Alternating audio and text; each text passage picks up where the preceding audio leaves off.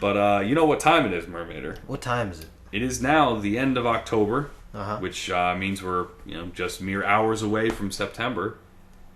Getting into our new band of the month. By September, I meant November. Because we do go forward, not backward, as much as we'd like to. You had me there. You had me Yeah, I had you going there. So yeah, time for another band of the month. Now, All right.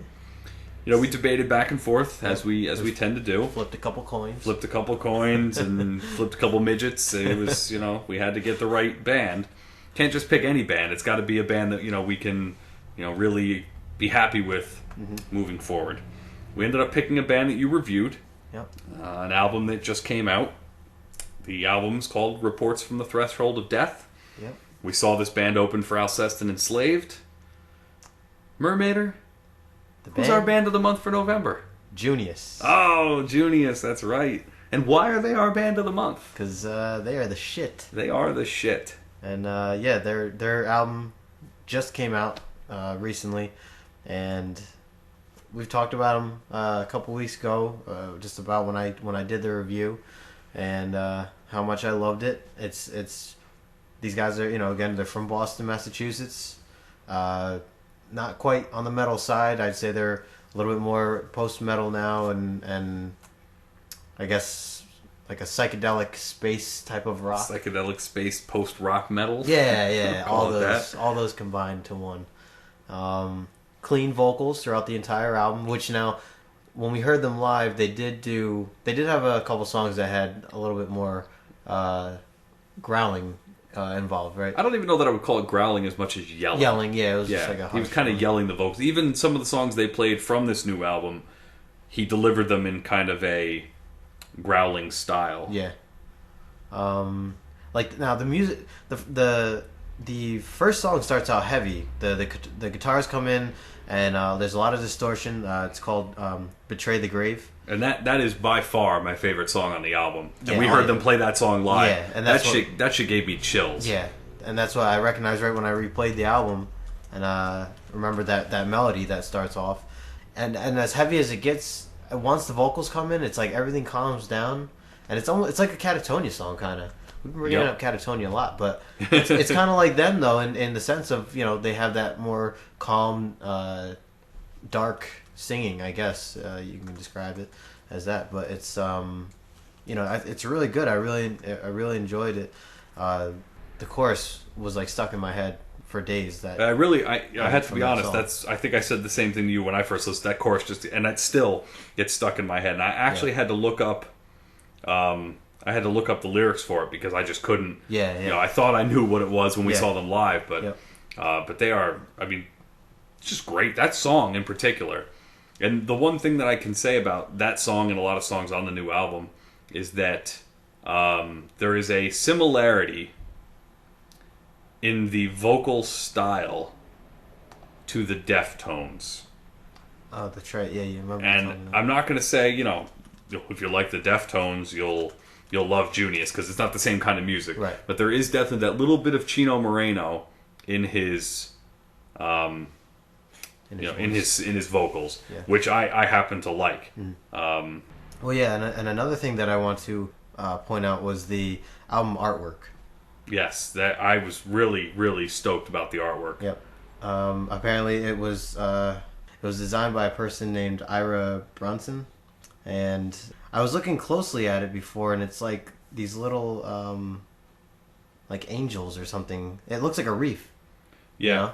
When you first look at it. Well, if you take it from the name of the album, Reports from the Threshold of Death, it's kind of like, I guess, if you were about to die and you're seeing those, the light at the end of the tunnel and, the angels and everything. Right. I thought that was, yeah. And you saw the actual slip, right? It's not even, doesn't even come in a regular jewel case. It's like a little slip case. Yeah, very small. Bifold slip case. It almost looks like a mini vinyl case. Yeah. Speaking of which, they actually have a limited edition vinyl available on their site that is like this blue and white haze, which I thought was really awesome. It's something to look at. But I mean, this band is fairly new. Yeah. When you really think about it, they haven't been around for all that long. Well, and this was only their second full length, like official album. Yep, they had 2 EPs. Right. Forcing Out the Silence and Blood is Bright, which they then put together and released as their self-titled album, but it's really just the 2 EPs. Right, right. Then they had a 7-inch single. They've done 2 splits, and their only other full-length album was The Martyrdom of a Catastrophist. Yeah. The Martyrdom of a Catastrophist, which came out in 2009, so it's really only 2 years ago. Mm-hmm. And then this one, which I like I said, I don't have anything bad to say about this album. Yeah. And the songs are they seem short, but they're not really that short. Yeah. They're all in that 4-minute range, which is long when you think about it. Yeah, yeah. Well, I think the album itself is, it's a little over 40 minutes, but listening to it, I find myself rerunning through it again and not even realizing that it restarted. Yeah. The way I listen to it is just constantly playing. But, seeing them open for Alcest and Enslaved was such a... I don't know how to say it. I don't want to say it's a meaningful experience. I don't want to sound like, some new age fruitcake, but, you guys, when we went to see you and Duct Tape, had never heard them before. Yeah. I own their previous album, but I hadn't listened to it in a while, and seeing them live just kind of... How could you not like them, Yeah, I never heard of them until then. And they really fit perfect. I really liked that show. That whole show was good.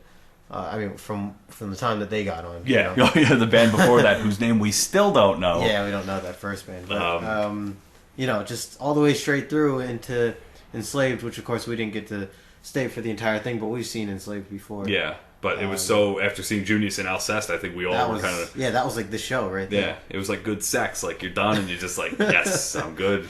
Go to sleep. Yeah, go to sleep, with her. But No, that was huge, and I think this band is, and I've been reading reviews, and the amount of good press they've gotten is just incredible. Yeah. I have not seen a bad review for the album yet. I mean, they've ranged obviously from, perfect album to, just great, but I have not seen a bad review. A lot of people that I know who don't really like metal, Yeah. They love this album. Mm-hmm. And I think that shows just how powerful this album really is. Yeah. So, if you get a chance to listen to this, you definitely should. Yeah, definitely. At least listen to a track or two, and I guarantee you'll be hooked. It's just that good. It is. It really is. And I think we could probably agree on this. Like, if you could only listen to one song, like if you wanted to hear one song to decide, is this band for me? Yeah. Listen to Betray the Grave. Yeah, right off the bat, the first track, definitely. Yeah, and I think that you are going to, you're just going to love it. Yeah. You're absolutely going to love it. So so our band of the month for November is Junius. Mm-hmm. We're gonna see if we can get an interview with them. That'd be be nice to get some info from them directly. So hopefully, maybe we can contact these guys and have something up for you guys to hear.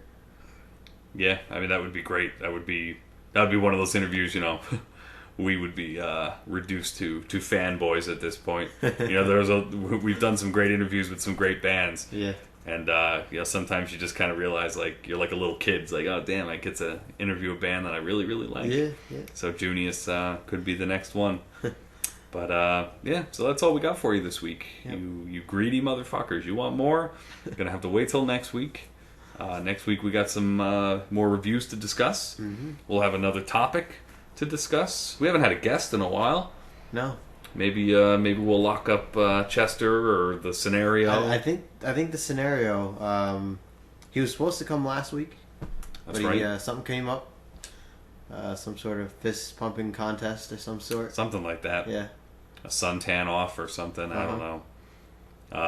But we got to get the Scenario back, and I know Chester has some things to say, about the Scenario. Yeah. Well, the Scenario still has. He's still apparently he has a lot to say about to him and to Duct Tape. Which I mean, Duct Tape didn't really get into anything. He was just a friendly guest, and now I guess he's being thrown in the fire. Yep. Well, the fire of the Scenario, the fire of the tanning machine. So maybe we'll have someone back next week, and maybe not. Who the fuck knows? Yeah. We're fucking crazy. We don't know. We don't know what we're gonna do. But in the meantime, keep checking the site. Keep listening to awesome metal. And be prepared for some reviews next week of some albums that are good. And the new Megadeth. And that's pretty much. Make sure you listen to Light and Darkness Radio. Yep. Make sure you don't sue us for copyright infringement. Yep. Because we're not, and we don't, and we won't, and you shouldn't. Yep. And before we end this, I actually had a joke for you. You have a joke for me? This time, yes. Oh, this is great. This is great. Do you like fish sticks? Do I like fish sticks? Yeah, do you like fish sticks? Of course I do. You like to put fish sticks in your mouth?